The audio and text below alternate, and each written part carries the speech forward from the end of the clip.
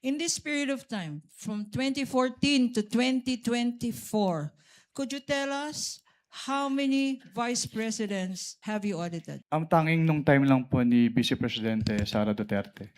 But there were three. Who were the vice presidents during this period? Ang naging mga Vice Presidente po since I assumed with ICFAO in 2014 ay si dating Vice President Binay at si dating Vice President Leni Robredo at yung ating incumbent Vice President po na si Sara Duterte. Sino-sino sa kanila ang inaudit mo tungkol sa confidential funds? Ang buhat po nung nag-assume ako nung 2014, tanging si Vice Presidente Sara Duterte lang po yung aking na-audit na may Bakit, confidential fund. Bakit, Mr. Witness? Bakit Vice President Sara Duterte lang ang inaudit mo ng confidential funds? Dahil po, since nung nag-assume po ako ng 2014 sa ICPAO, wala po naging appropriation for confidential funds si dating Vice President Binay at si dating Vice President Robredo. Tanging si Vice President Sara Duterte lang po yung nagkaroon ng appropriation for the confidential funds.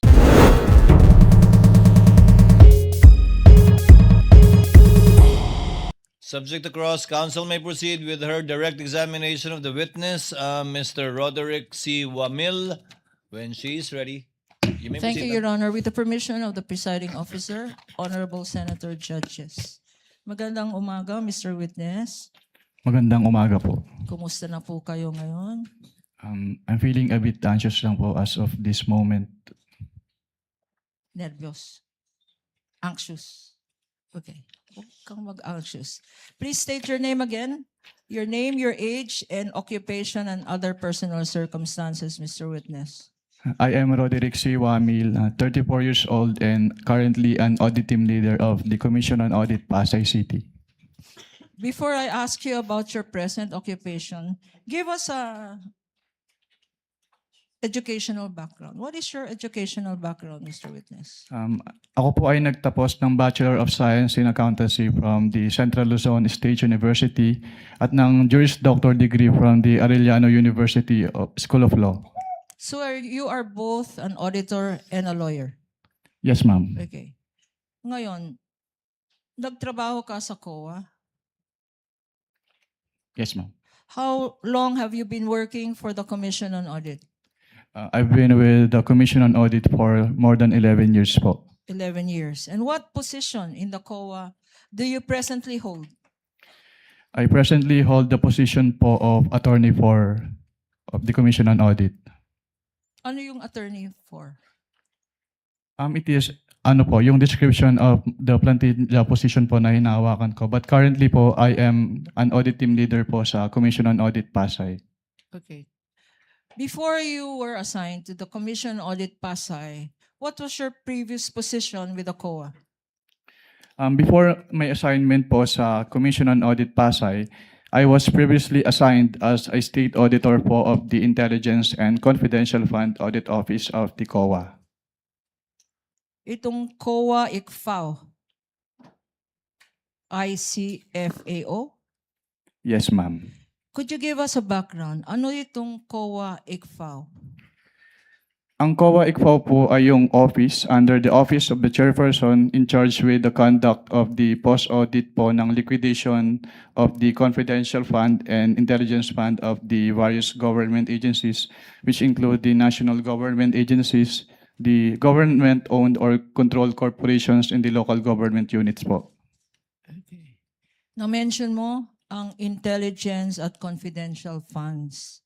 For our understanding, para maintindihan namin ngayon, ano ang intelligence funds at ano ang confidential funds?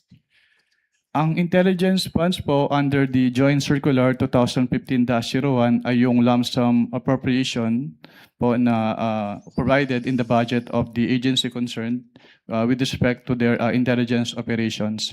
While Ano naman ang confidential funds? ang confidential fund po based on the Joint Circular 2015-01 ay yung lump sum appropriation po ng concerned agency para sa kanilang confidential expenses.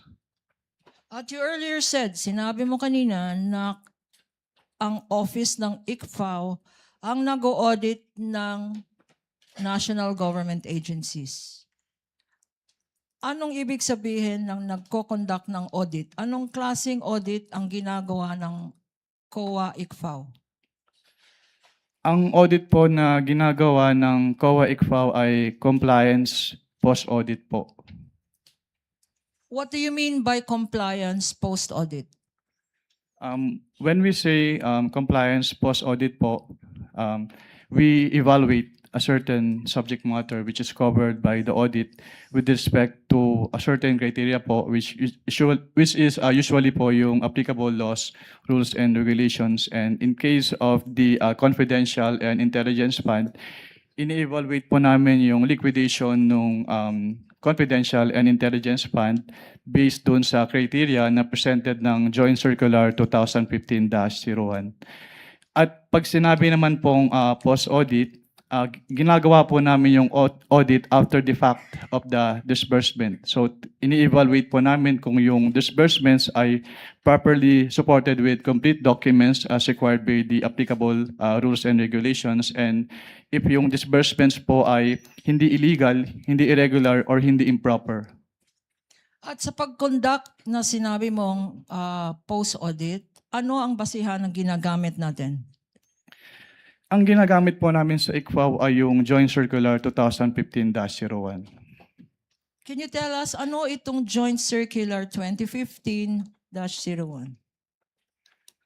Ang Joint Circular 2015-01 ay yung nagpo-provide po ng guidelines on the entitlement, the use, the release, the reporting po at yung audit ng confidential fund at ng intelligence fund of the various government agencies. If I show you a document now entitled, and this for appreciation of the Honorable Senate Impeachment Court is being flashed on the screen with the permission of the presiding officer. Council may do so and may proceed. I'm showing to you now a document entitled the Joint Circular 2015, which for identification has been marked as Exhibit P-1-4 for the prosecution. -E. Showing to you this document, we have here, Your Honor, we're being assisted Assisting here by counsel may approach. our Associate Attorney Mark Penny. Likewise, assisting counsel for the respondent may approach Thank you, Your Honor. the witness.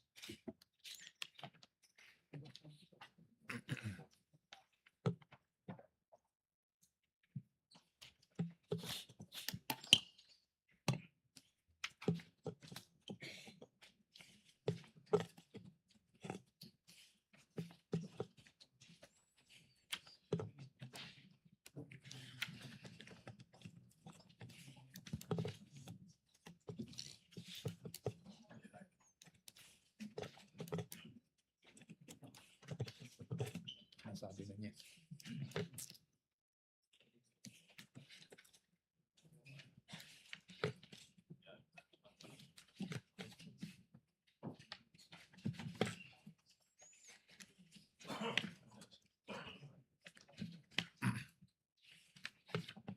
While we're waiting, counsel, Attorney Kapunan, would you like to identify this document as previously marked so that we can have it on the record and for the reference? Your Honor, of please, the- Mr. Witness, what relation does this joint circular have to the joint circular that you mentioned na basihan ng inyong audit, post-audit? Ito po yung same joint circular po na basehan po ng aming audit sa ICFAO. Okay. Bakit tinatawag ito na joint circular? Tinatawag po itong joint circular dahil ito po ay resulta ng joint efforts ng Commission on Audit, ng Department of Interior and Local Government, ng Department of the Budget and Management, ng Department of the National Defense at ng Governance Commission for GOCCs. So ito ay 5 government agencies, tama? And since when naging basihan ito ng mga post-audit ng national government agencies? Naging basehan po ito ng audit ng ICFAO sa confidential and intelligence funds ng various government agencies noong January 8, 2015 rather, nung na-approve po ito. Mr. Witness, ikaw ay familiar sa joint circular na to. Yes, ma'am. Okay, if I show you Section 4.8, Being flashed on the screen, Your Honors, with the permission of the presiding justice. Sa section 4.8 na nakikita natin sa screen, ano-ano, what kind of confidential expenses can be incurred using confidential funds? Under item 4.8 po of the Joint Circular 2015-01, the confidential fund shall be used only for the following confidential expenses. Una po, yung purchase of information necessary for the formulation and implementation Ano pa? of... Dahan-dahan natin. Unang-una, 4.8. Anong una? Ang una po ay yung purchase of information necessary for the formulation and implementation of program, activities, and projects relevant to the national security and peace and order. Being flashed on the screen, Your Honor, is the pertinent provision cited. Pangalawa, ano pa ang examples ng confidential funds or kung ano ang pwedeng paggamitan ng confidential funds? Pangalawa po ay yung rental of transport vehicle related to confidential activities. Also being flashed on the screen for easy reference. Pangatlo, ano pa? Pangatlo po, yung rentals and the incidental expenses related to the maintenance of safe houses. What else, Mr. Witness? Pang-apat po, yung purchase or rental of supplies, materials, and equipment for confidential operations that cannot be done through regular procedures without compromising the information gathering activity concerned. What else, Mr. Witness? Ano pa? Panglima po, yung payment of rewards to informers who must not be employees of the concerned government agency, subject to three conditions. First is yung approval by the head of the agency. Second, it must be supported with documents evidencing the success of the information gathering and or surveillance activities on account of the information given by the informer. Pangatlo, it must be directly related to the conduct of the specific confidential activities of authorized agencies. For purposes of the records, Your Honor, the witness cited 4.8.1 up to 4.8.7 of the Joint Circular 2015. Hanggang 4.8.5 pa lang po. Okay. Sorry. What else, Mr. Witness? Pang-anim po is to uncover or prevent illegal activities that pose a clear and present danger to the agency personnel or property or other facilities and resources under the agency protection done in coordination with the appropriate law enforcement agencies. And last po, yung others that may be authorized by the GAA or other special laws. Okay. 4.8.1 up to 4.8.7. Up ang refer po ng ating witness of Section 4.8 of the Joint Circular. Base rin sa Joint Circular na to, ano naman kung merong mga pwede, ano naman ang mga hindi pwede, yung mga bawal na confidential, alleged confidential expenses. Under 4.11 po, may specific expenses po na enumerate na hindi pwedeng paggamitan ng confidential fund. Una po, yung salaries, wages, overtime, additional compensation, allowance, or other fringe benefits of officials and employees who are employed by the government in whatever capacity or elected officials except when authorized by law. Pangalawa, yung representation, consultative fees or entertainment expenses. At pangatlo, yung construction or acquisition of buildings or housing structures. For the record, Your Honor, reference is made to 4.11.1 up to 0.2 and as well as 0.3. Mr. Witness, sa pag-interpret, when you interpret these regulations and this joint circular and sections that you mentioned,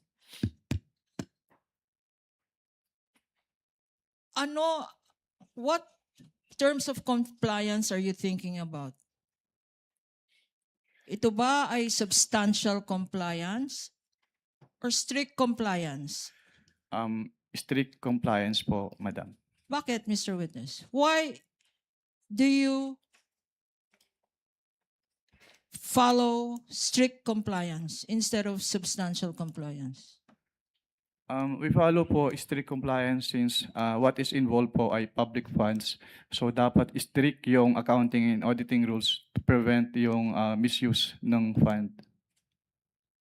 At and this is this is expressly stated in the joint circular. What you said, strict compliance.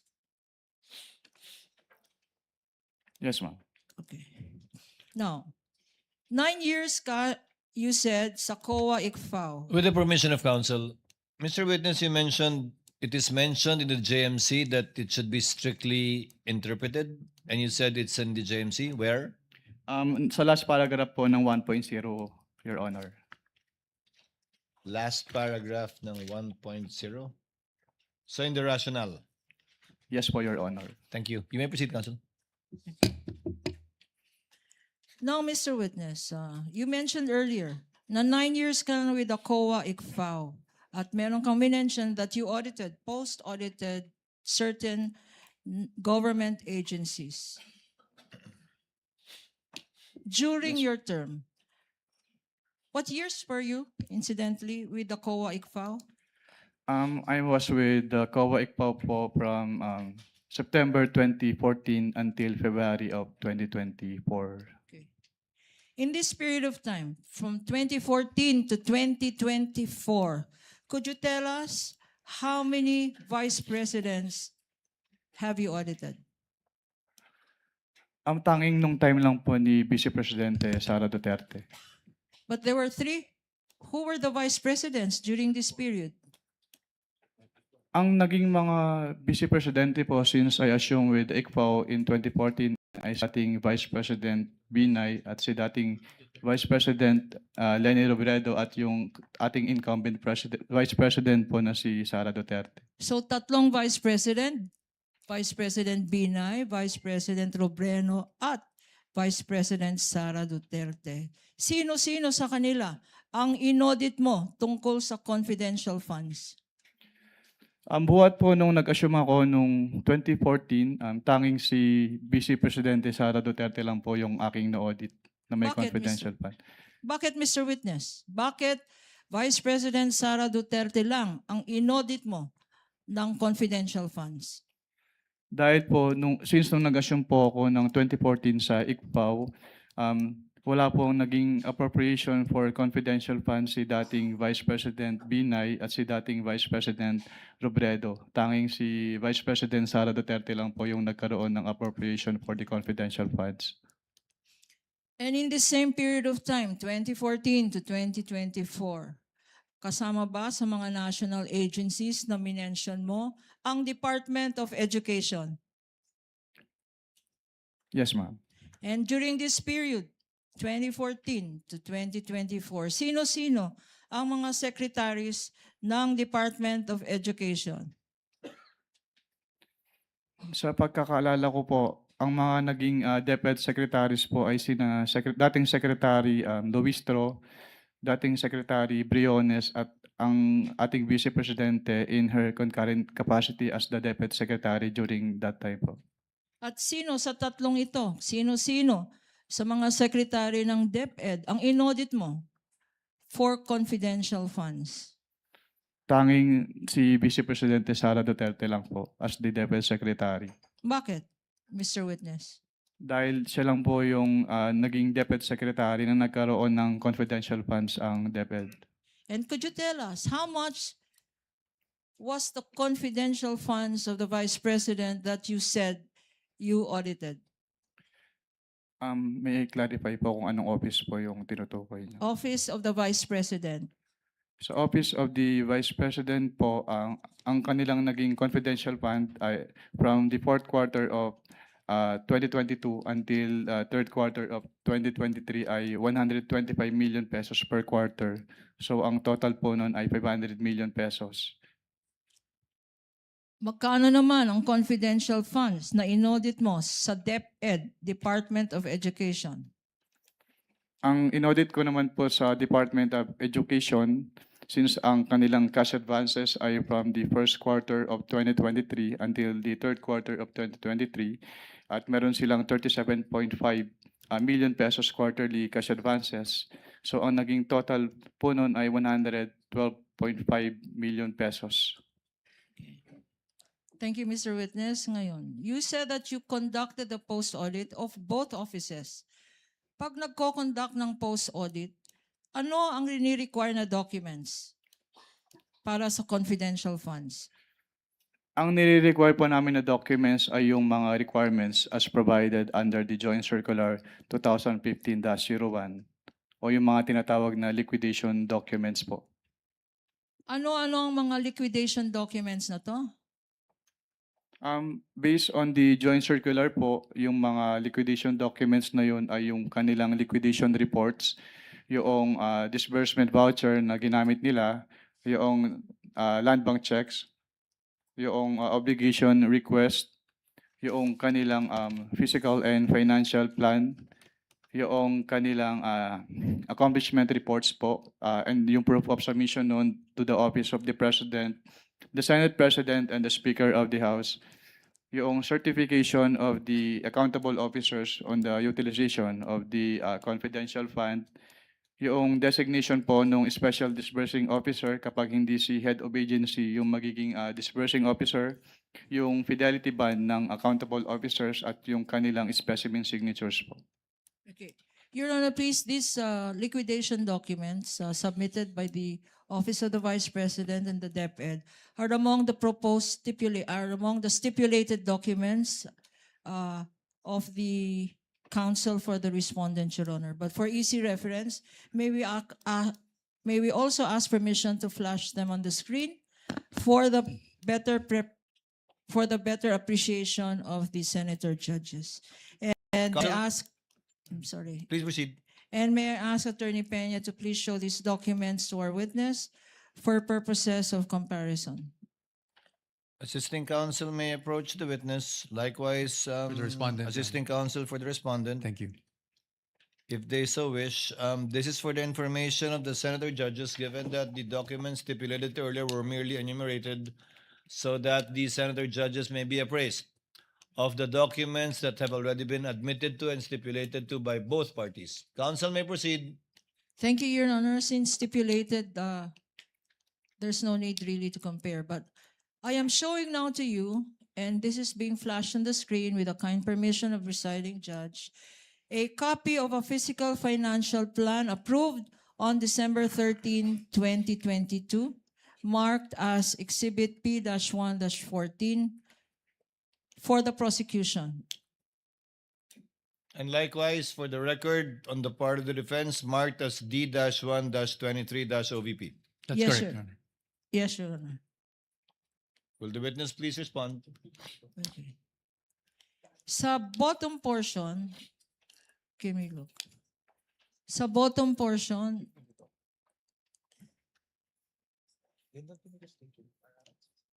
there appears a signature under the words. Meron pong signature sa words. Approved by. There. Anong ibig sabihin ng approved by? Ang ibig sabihin po ng approve by ay inapprove po noong nakapirma yung contents ng physical and financial plan po based on that document.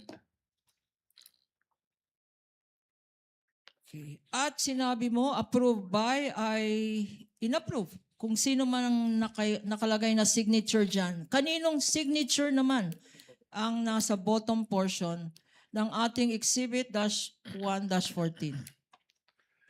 Kay Vice Presidente Sara Duterte po. Why are you familiar? Bakit mo kilala? Bakit mo alam ang signature ni Vice President Duterte?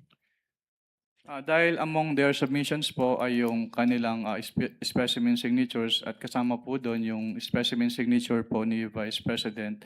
At yung kanyang pirma po doon sa specimen signature submitted ay kaparehas po ng pirma niya dito sa physical and financial plan na ito. Pinakita sa iyo ang isang physical financial plan which you said is a faithful reproduction of the submissions. And this is now being shown on the screen. Ano ang observations mo dito sa physical and financial plan approved on December 13, 2022? Hindi po siya compliant to the joint circular dahil yung first column, which is the programs, activities and projects, hindi po in-indicate nung OBP yung kanilang specific confidential activities na kanilang paggagamitan ng confidential fund as required under item 4.2 of the joint circular. Hindi ito specific according to you and according to 4.2 of the joint circular. Can you please enlighten us? Ano itong section 4.2 ng joint circular? Under item 4.2 po ng joint circular, all requests or allocations for CF must be supported with a physical and financial plan which must indicate the proposed amount allocated for each program and activity dahil ito po yung magiging basis for the disbursement ng kanilang confidential fund. At yung mga sinabi mo, nakikita ba dyan sa dokumentong yan? Wala, based po on this submitted physical and financial plan, hindi po nakikita rito yung kanilang specific confidential activities na kanilang pagbabasihan sa kanilang disbursement. Apart from this, yung nakita mo sa column 1, ano pang ibang observations ang masasabi mo dito sa dokumentong ito? Since yung columns for the expected outcome as well as yung column for the physical target mas match po yung specific confidential activities. So hindi rin po nakamatch or hindi rin compliant yung columns po as mentioned. At bakit? Why do you say na hindi compliant na rin to sa joint circular? Dahil po since hindi naman in-indicate po dito ni Office of the Vice President yung kanilang specific confidential activities, so hindi po na-match based on the information as presented po sa document na ito, yung laman ng expected outcome at yung physical target doon sa kanilang specific confidential activities. And as you stated, what express provision of the joint circular does this violate? The item 4.2 po of the joint circular 4.2 na 2015-01. pinakita natin sa screen. Okay. Our next document, Mr. Witness, which we shall show you, is now a certified true copy of Land Bank of the Philippines check number 00002444027, dated December 20, 2022, Exhibit P-1-11-A, common exhibit of the defense as well.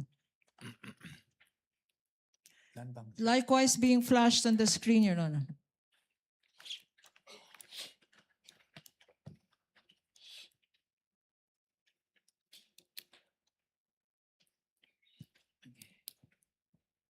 Mr. Witness, what is the significance? Ano ang significance ng check na pinapakita na to in relation to your audit of the Office of the Vice President's confidential funds?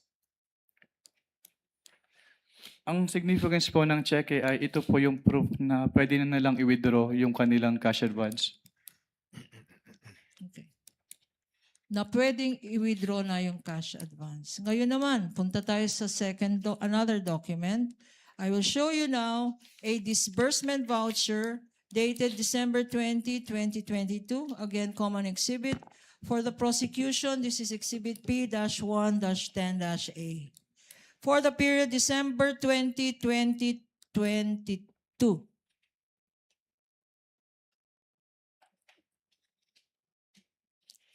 In the middle of this document, pointer. In the middle of this document, there appears a signature under the words, quote, certified expense, cash advance necessary, lawful and incurred under my direct supervision and control. Okay. Anong ibig sabihin nitong certified expense under my direct supervision? Your Honors, What is Kindly, the we would pleasure like of to object on counsel that for one. the respondent? Your Honors, that calls for a conclusion of law. I'm Based on sorry, the counsel? That will call for a conclusion of law on the part of the witness, Your Honor. They're asking for what that means for the witness. Only insofar as how the witness interprets this provision, given that he audited these documents and are part of the submission. Witness may answer. Based on this disbursement voucher po, sinertify po ni Vice President na yung kanilang cash advance ay kailangan at naayon sa batas at na-incur po under her direct supervision. and there is a signature here in this document. Whose signature is this, if you know? May I clarify po kung anong signature po yung tinutukoy? Ayong sa Above the name, Sara Z. Duterte. That is the signature po of the Vice President Sara Duterte. What else, if any, observation can you make as regards this document? Under the particulars portion po, nakalagay na yung cash advance is for calendar year 2022, which is not compliant po with the joint circular. Since under the joint circular po, the disbursement voucher shall state the duration of the implementation of the project. Pero since this cash advance is for the fourth quarter 2022, so hindi po tama yung nakalagay dito na yung cash advance is for the calendar year 2022. At ano naman again? Ano ang violation nito sa joint circular? May I refer po to the joint circular, Your Honor, for the specific provision? Witness may refer to the joint circular previously marked.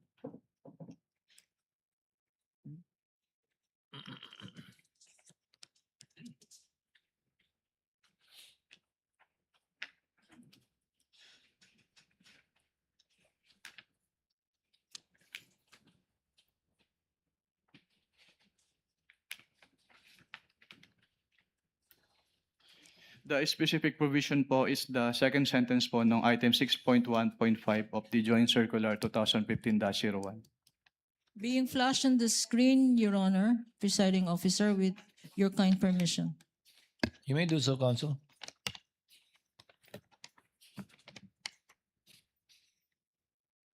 Can you read for the record 6.1.5? 6.1.5 of the joint circular, cash advances shall be limited to the requirements for 3 months.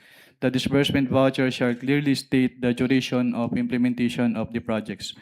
If the implementation of the project will extend to more than 3 months, additional amount may be granted only after the liquidation of the previous cash advance. If on the other hand, cash advances are drawn monthly, liquidation shall be done monthly.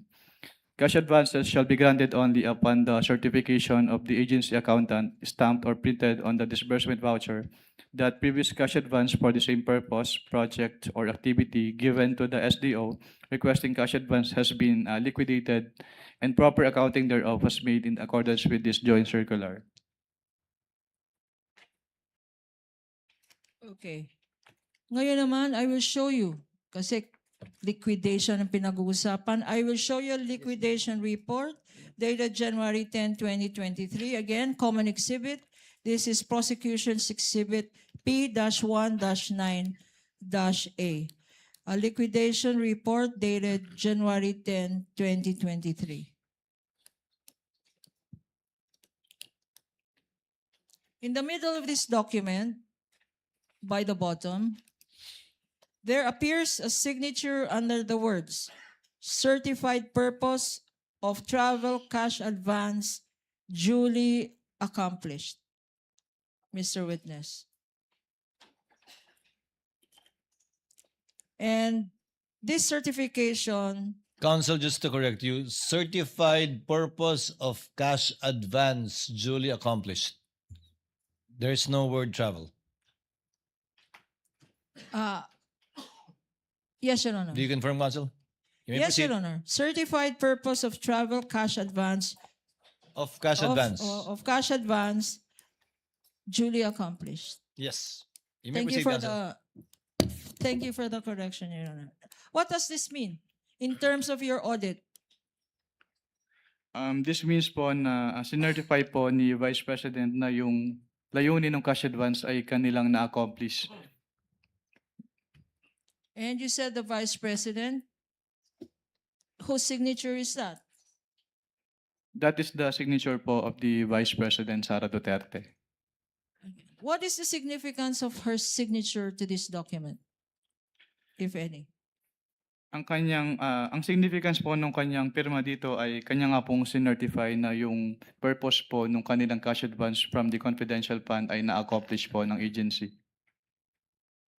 And what are your observations? Ano ang mga observations mo, if any, sa dokumentong ito? Actually, it is one of the proforma annexes po nung Joint Circular 2015-01.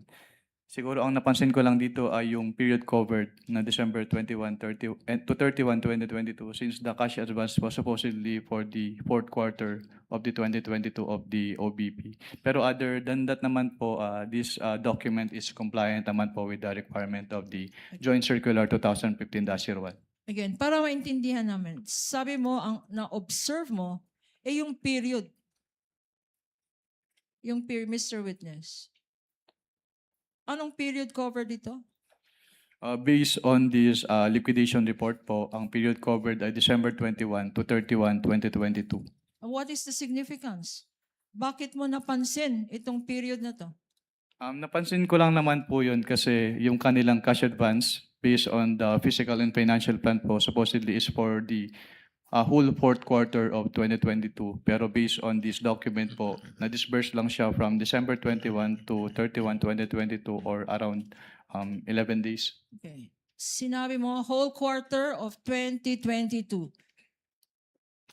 September, November, October. Sandali. Can you enlighten me anong quarter dapat yun? October, November, December. Ang Yes. sinasabi mong 3 quarters. 3 months 3 po. months, 3 months for the fourth quarter. Tama? Yes, ma'am. 3 months for the fourth quarter, pero sabi mo ang ginastos na funds.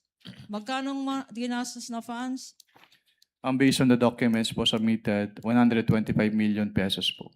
In these 3 quarters? 3 months? Based on the document po, it was supposed to be spent for the fourth quarter of 2022. So 3 months po, supposedly. Based on Bakit their physical. supposedly, Mr. Witness? Dahil yun po yung supposed coverage ng kanilang cash advance for their confidential activities. At sinabi mo kanina, 11 days ito ginastos. Tama? Based on the document, yes, ma'am.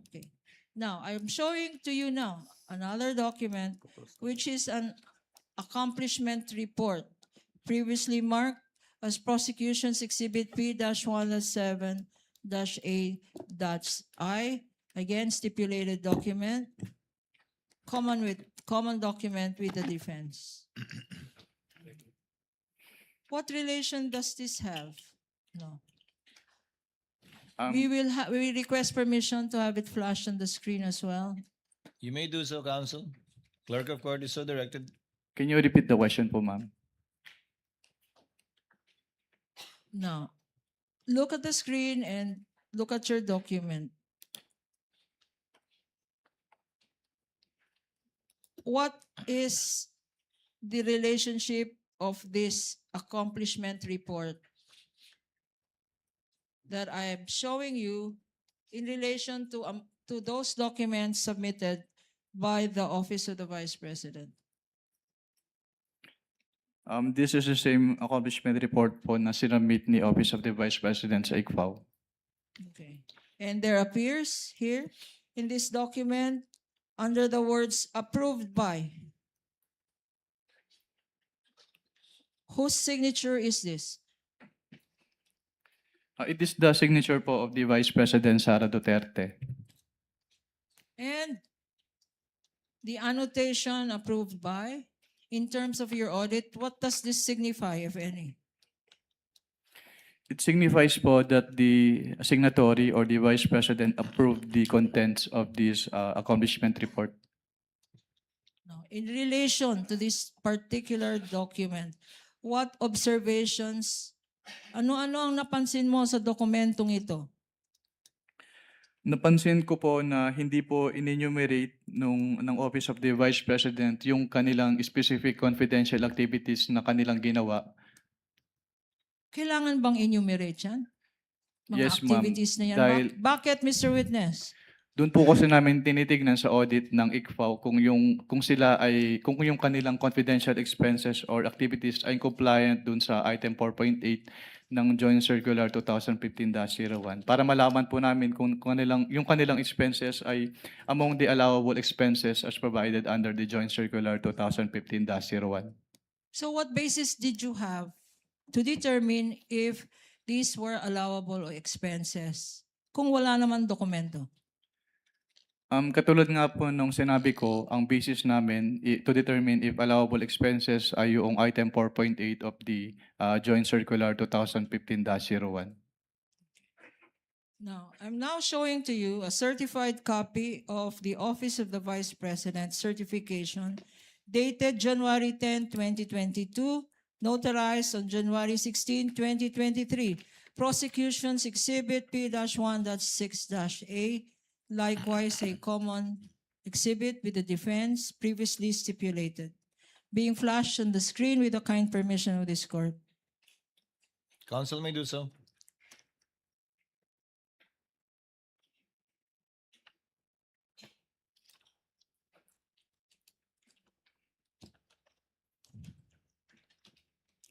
Dito sa baba, may pirma sa ilalim ng mga salitang attested. Kaninong signature itong nakikita natin dito? Ito po ay signature ni Vice Presidente Sara Duterte. At anong ibig sabihin under your circular ng attested? Ang ibig sabihin po ng attested ay kanyang kino-confirm at bine-verify na yung contents ng certification na ito ay totoo. What other observations? Ano pa ang mga na-observe mo sa dokumentong ito? Ang napansin ko po dito yung date of execution ng certification, January 10, 2022. Ano pa?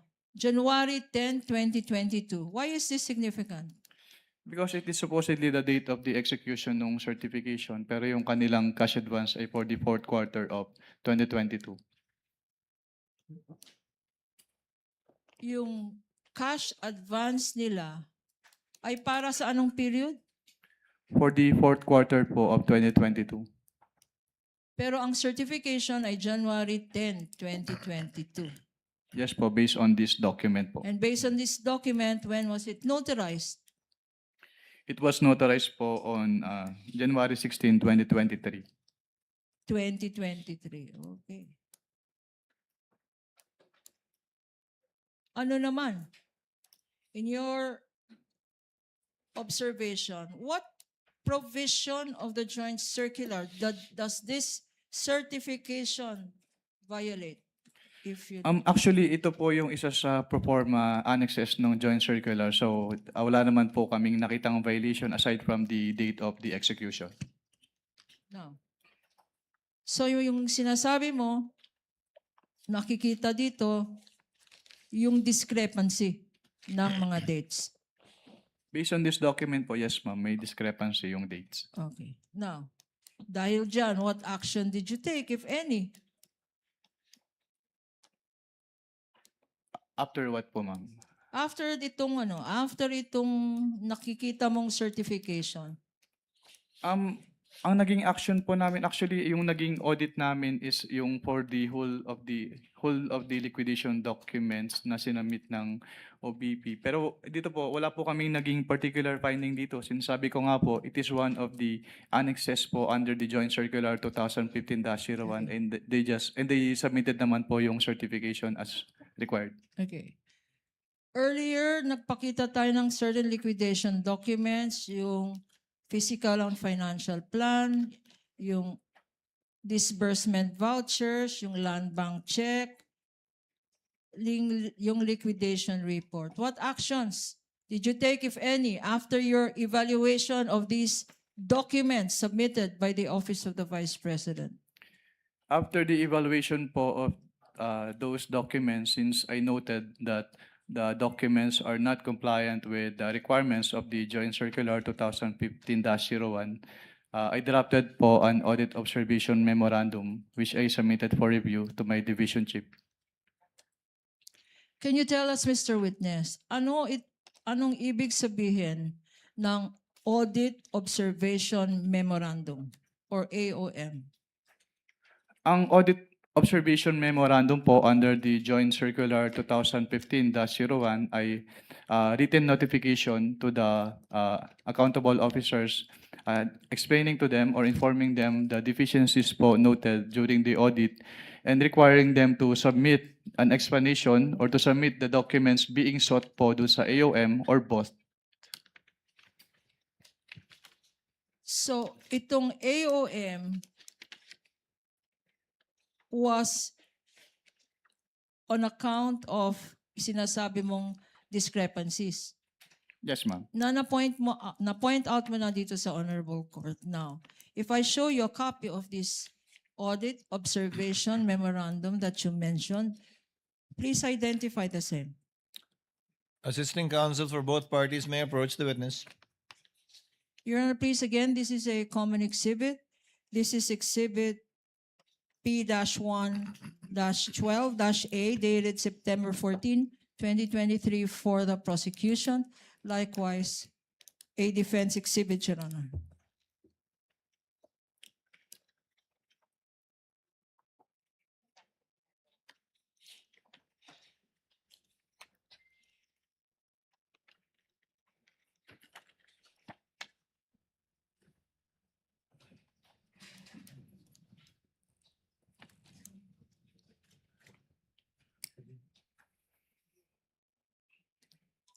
For the record, the witness is is examining an audit observation memorandum dated September 14, 2023, covering the period December 21 to 31, 2022, or an 11-day period.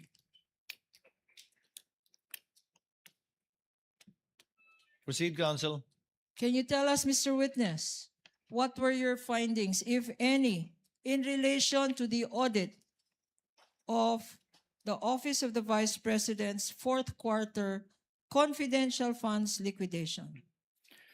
Yung audit po ng confidential fund ng fourth quarter of 2022 of the OBP disclosed that, una, yung kanilang physical and financial plan ay hindi compliant dun sa requirements ng Joint Circular 2015-01 dahil hindi po in-indicate ng OBP yung kanilang specific confidential activities na paggagabitan nila ng kanilang cash advance. So una, hindi compliant ang physical and financial plan ng Office of the Vice President. Opo. And under the same item din po, yung kanilang accomplishment report ay hindi rin compliant dahil hindi rin po naka-indicate doon yung kanilang specific confidential activities na pinagamitan nila ng kanilang cash advance.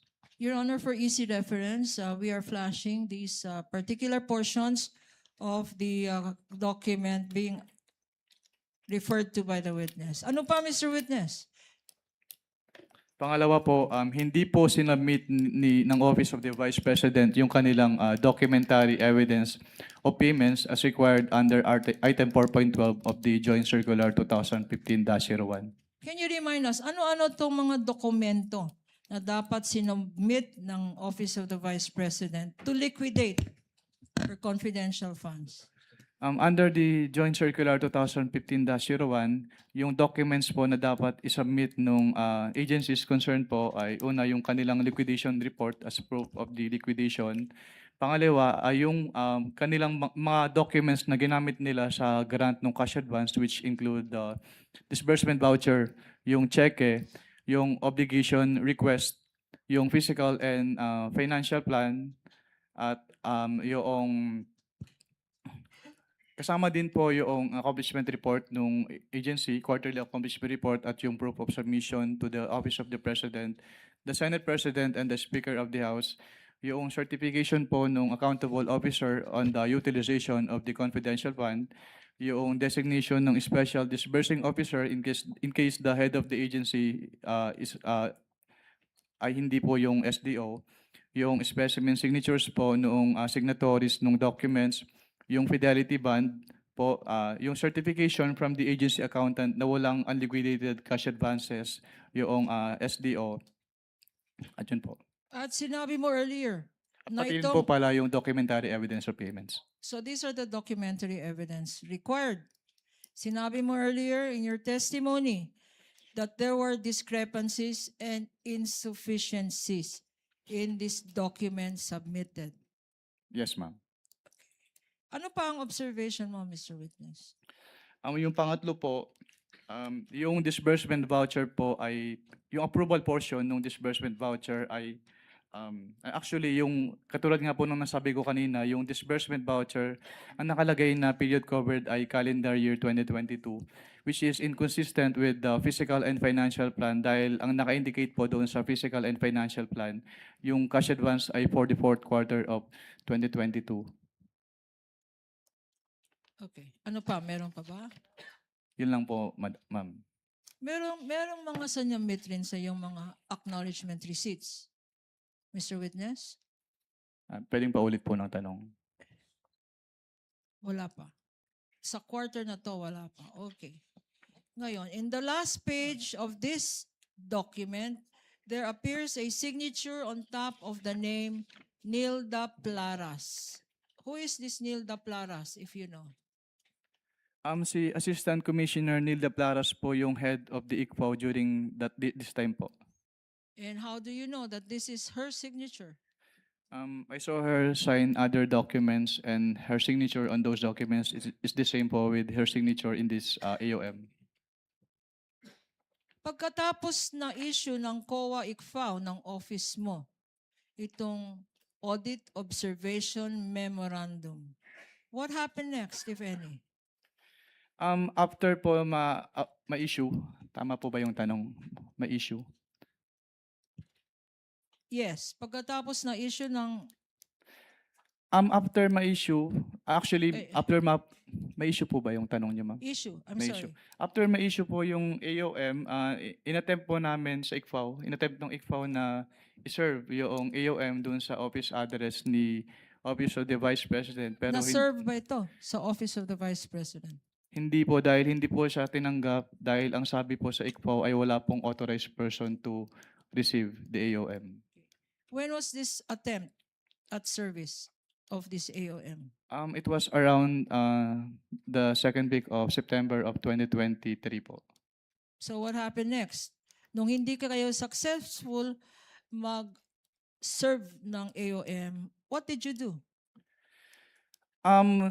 Actually, on the afternoon of the same day po na nag-attempt si ICFAO na mag-serve ng AOM, nag-submit po si Office of the Vice President ng revised accomplishment report sa ICFAO. So on the same day, hindi nyo na-serve but nag-submit ng revised accomplishment report ang Office of the Vice President. If shown to you a copy of this accomplishment report, Prosecution's Exhibit P-1-17-A. Assisting counsels may approach of both parties. Also stipulated by the defense. A common document.